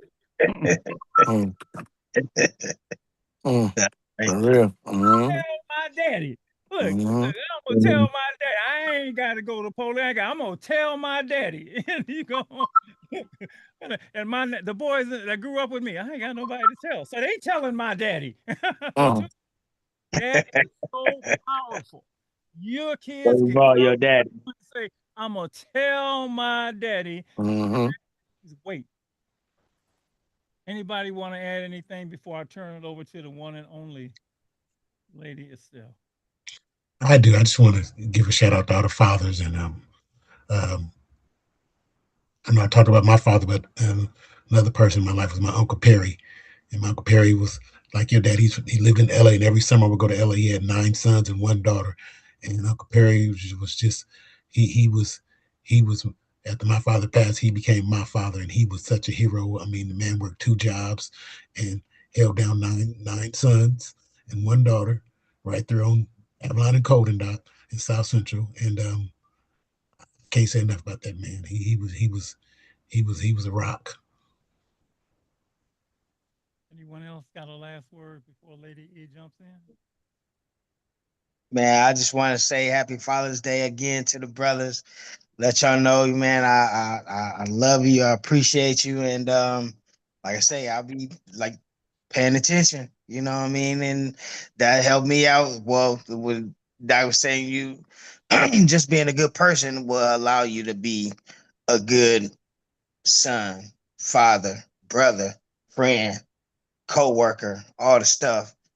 And and so just watching everybody, other people's movement and things that I just want to take from just from the good. What's good is good. It ain't it ain't about who said it, what I'm saying? It's about what's being said. That's it ain't about who's right, it's what's right. Right. I don't care, who I'm getting it from. If it's right, it's right. I'm gonna take it from you. You know what I mean? And I appreciate y'all. That's just what I want to say. Why is anybody else? Yeah, I got one thing. I remember when somebody called me, I'm one of my brother's children called me Unc. That felt good. Uh, my nickname, but nothing has ever felt good as to hear one of my children say "Dad," and it was just that title was just it's a special title to be called Dad, because that means something.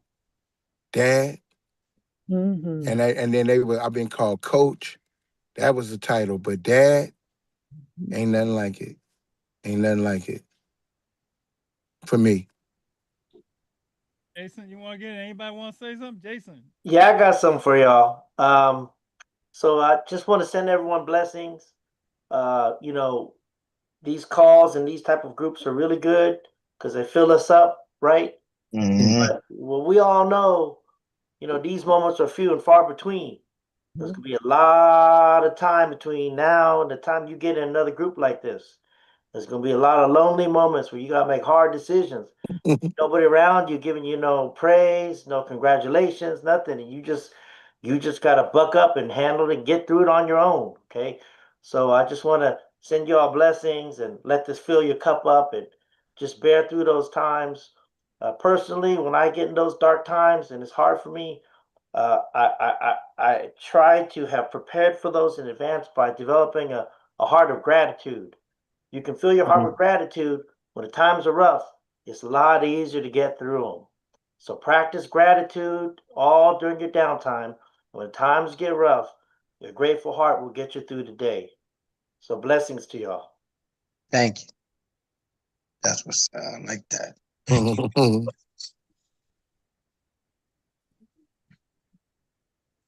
Can't hear you, Doc. I was gonna say don't hear another one. I'm gonna give it to Lady E. Being there, picking them up when they fall, answering and responding when they call, helping them, showing up and wait a minute, hold on. Let me stop. Where's my glasses? But times have changed. Don't I know? All right. Being there, picking them up when they fall, answering and responding when they call, showing up and watching them grow, helping them understand and know, guiding, protecting, showing them love, lifting them up, encouraging their heart, teaching, inspiring, holding them close, a reflection of you and what you have done, all that you've given, the lessons from love. No matter the effort, the time, the cost, your presence and what you bring to the family is absolutely priceless. Happy Father's Day and blessings to each of you. Thank you all, Father, Dads. All right.